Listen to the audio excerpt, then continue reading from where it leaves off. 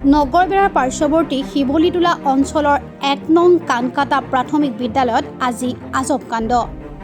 মধ্যাহ্ন ভোজনৰ চাউল ছাত্ৰ-ছাত্ৰীক বিতৰণ নকৰাত পচি গ'ল বিদ্যালয়ৰ মজিয়াত। চাউল বিতৰণ আৰু অন্যান্য দুৰ্নীতিৰ বিৰুদ্ধে ৰাইজে জবাবদিহি চাওক আমাৰ এই বিশেষ প্ৰতিবেদনত। প্ৰধান শিক্ষক চহৰ আলীয়ে লকডাউনৰ পৰাই হেনো বিতৰণ কৰা নাই মধ্যাহ্ন ভোজনৰ চাউল। ফলত বুজন সংখ্যক চাউল নষ্ট হয় বিদ্যালয়ৰ মজিয়াতে। আজি প্ৰাথমিক শিক্ষা খণ্ডৰ শিক্ষা বিষয়া ৰীতা ৰাভাই অভিযোগৰ ভিত্তিত বিদ্যালয়ত উপস্থিত হৈ কৰিলে বিষয়টোৰ তদন্ত। বাকীকেইটা মাহৰ তাৰমানে এই বছৰৰ 2021 বন্ধৰ কেইদিনত আপুনি কি কৰিলে? চাউল দিয়া নাই? একেবাৰে দিয়া নাই? কোনটো চাউল হয় সেইটো? ক'ত আছে? তদন্তৰ পৰতহে ওলাল জুলুঙাৰ মেকুৰী, নিমিলেহে নিমিলে চাউলৰ অংক।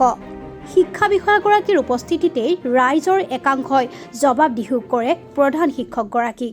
চৰকাৰেতো দৰমহা দিছে, ল'ৰা ছোৱালী পইচা কিমান পায়, চাউল কিমান পায়, কিয় দিয়া নাই? উচিত দৰমহা 30-40 হাজাৰ টকা দৰমহা পায়, দুখীয়া ল'ৰা ছোৱালীহে পঢ়ছে। আমাৰ নিচিনা মানুহৰ ল'ৰা ছোৱালী ইয়াতে নাহে আৰু নপঢ়ে। আৰে আমাৰ নপঢ়োতে দুখীয়া ল'ৰা ছোৱালীবিলাকতো আহে, সিহঁতক কিয় ঠকাব? সেইটো তাৰ মনোভাৱ সেনেকুৱা নহয় না। ফৰ্মেলি যাব লাগিব, জবাব দিব লাগিব। অন্য কিছু ৰাইজৰ বস্তুখিনি ল'ৰা ছোৱালীখিনি যে খোৱা নাই, দিয়া নাই, সেইটো জবাব দিব লাগে। কিহৰ বাবে মধ্যাহ্ন ভোজনৰ চাউল বিতৰণ নকৰি মজুত কৰি ৰাখিলে বিদ্যালয়ৰ কোঠাত, তাকে লৈ সকলোৰে কৌতূহল। ইফালে চাউল বিচাৰি শিক্ষাৰ্থীয়ে ঘেৰি ধৰিলে শিক্ষা বিষয়াগৰাকীক। মুঠতে কানকাটা গাঁৱৰ বিদ্যালয়ৰ চাউল কেন্দ্ৰিক বিতৰ্কৰ অৱসান বিচাৰিছে সকলোৱে। নগৰবেৰাৰ পৰা ইউনুছ আলীৰ ৰিপৰ্ট, খবৰ 24 অসম।